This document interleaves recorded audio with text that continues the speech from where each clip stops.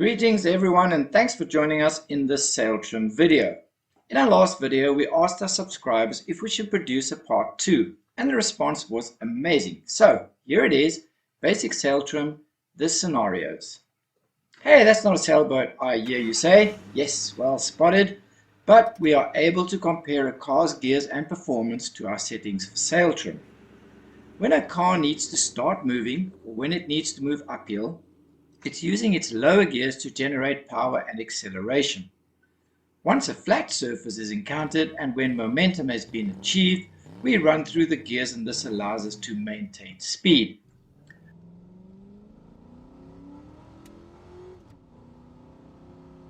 Once speed has been achieved, we have to use control methods to ensure we are moving safely as well as comfortably. Sail trim on a sailboat works the same. We need certain settings for power and acceleration for when the wind is low or the sea is lumpy. In our example, we will use power settings up to 10 knots, but this is going to be different for each boat and will depend on size, displacement, sail configuration and keel design. Once the wind gets stronger, we will change our settings so that we are maintaining our speed and momentum. As the winds increase even more, we have to act accordingly, change our settings, and introduce controls to ensure we continue in a safe and comfortable manner. So here we go, sailing in light winds. When we sail in light winds, we have to set our sails for power or acceleration, much like our car uses low gears to get started or move uphill. The first control we turn to is our sheets. On our mainsail, we use the main sheet to adjust sail shape and therefore sail trim.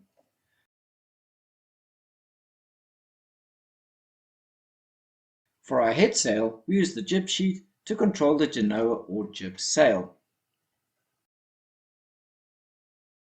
Some sails will be marked with camber stripes which give us an idea of how our sail shape looks, or the sail draft as it is known.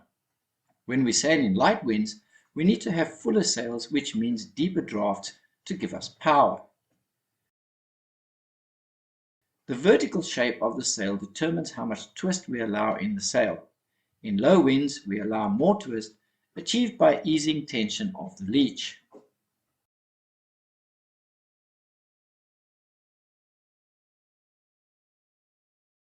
Ease out the jib sheet just until the leech starts to flutter or flap. Then tension to remove this flutter. Sails are most efficient when they are on the verge of luffing. We can also allow more twist if we move the sheet traveller to the aft position. So that's our head sail in low winds. Let's have a look at our settings for the mainsail.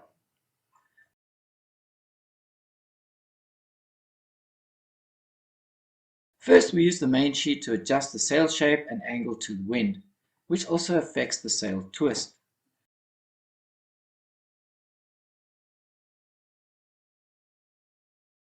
We can also use the boom vang to control and maintain twist. For fuller sails with deeper drafts, we also use the outhole to change the shape of our mainsail and maintain our power settings. By easing the tension in the outhole, we created this desired shape for low wind sailing. Some skippers like to mark their controls for quick adjustments or when you have inexperienced crew on board, but this is personal preference.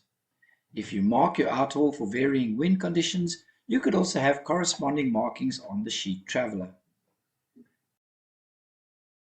We have now trimmed our sails for low wind sailing using settings that give us maximum power and acceleration capabilities. As a recap, when sailing in low winds, we are using our power settings. Eased sheets allow more twist and draft in our sails. We ease out the sheets till we have luffing of the sails and then sheet in to just remove the luffing. We try to sail with fuller sails and deeper draft and achieve this by moving our sheet traveller aft and easing the tension of the mainsail outhole. These settings will give us increased power in low wind settings, but will have a below average upwind performance.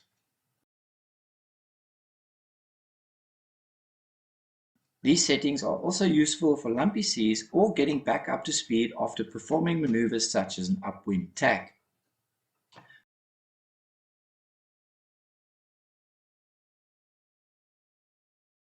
Right, so now our wind is starting to pick up and we need to think about our settings and adjusting our sail trim. Now we should be using gears to maintain speed. Let's start in the same place, our sheets. If we start sheeting in and increasing tension in our main sheet, we can expect that due to the stronger winds, we will increase heeling, which leads to weather helm and rounding up into the wind. To counter this, we will have to use the traveller to change the sail's angle to the wind and reduce heeling. Adjust the main so that our lower telltales are flying correctly. Then, focus on the upper telltales and reduce twist by tensioning the boom van. This will of course now affect the lower telltales, so once done, come back and adjust the lower tails again.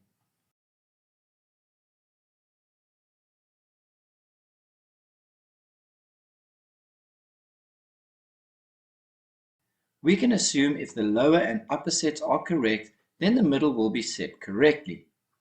Remember also, the lower telltales are the most important as they represent the largest portion of the sail. Before we continue, please note, the production of these videos rely on kind donations from viewers.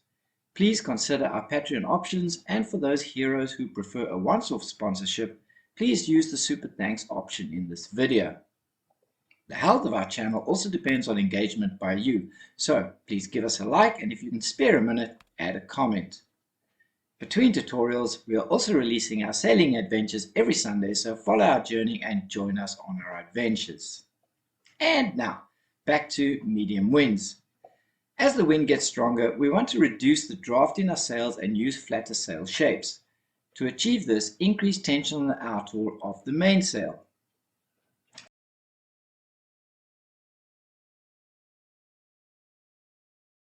For the headsail, use the jib sheet to sheet in and set our lower telltales first. Then, adjust and reduce twist by moving the sheet traveller forward while watching the upper telltales. Again, this will affect the lower tails, so come back and readjust till lower and upper tails are flying correctly. We can again assume if the lower and upper tails are correct, then the middle set will be flying correctly.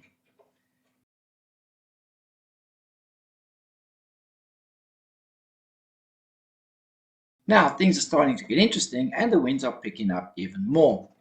We need to change sail trim so that we are sailing safely and comfortably.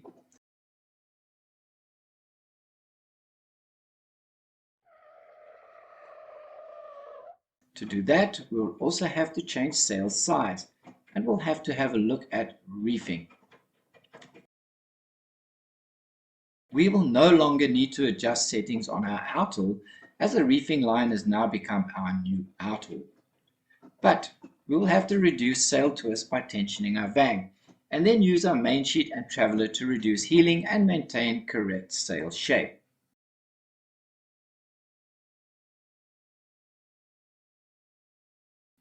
Flatten the headsail by sheeting in on the jib sheet, and then change the sail twist by moving the sheet traveller forward.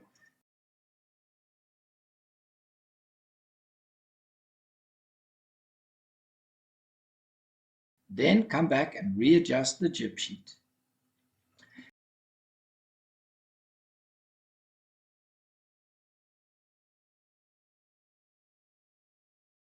The next trim to look at is the tension in the luff of the sail.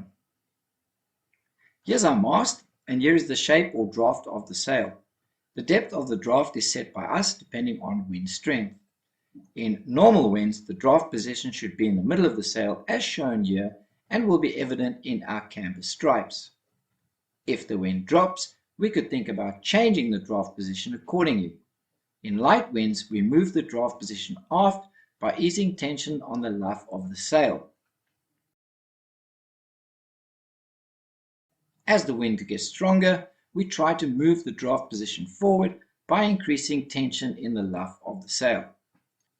Changing forestay tension and headsail halyard is not practical for everyday cruises, so changing luff tension is not something we need to think about unless we are involved in racing. But we can set the luff tension in our mainsail according to the conditions. To achieve this, we increase tension in our main halyard, or even better, if equipped, we increase the tension using the Cunningham. So, to recap, in strong winds, we set our sails using our speed settings. We try sail with flatter sails with less twist, achieved by tensioning sheets and vang, and adjust the mainsail angle using the traveller. If sailing with full sails, increase tension in the main outhaul and move the sheet traveller of the head sail to the forward position and readjust. We will experience improved upwind performance but might need to consider reducing sail size by reefing. So what else do we have that can help us? The correct tension in our sails can be checked by viewing the following. Vertical lines near the luff of the sail can be created by too much tension in the luff as a result of increased tension in the halyard or Cunningham. Horizontal lines near the luff of the sail could be caused by inadequate tension in the luff due to incorrect tension in the halyard or Cunningham. Horizontal lines in the lower part of the sail near the boom is usually as a result of over-tensioning the outhaul. Remove these by easing the outhaul. One final adjustment can be made by closing or opening the leech of the sails. We control this by adjusting the leech line. By closing the leech, we can reduce luffing or fluttering in the sail during low wind conditions. We have to remember to open the leech during high winds, as a closed leech could cause excessive heeling.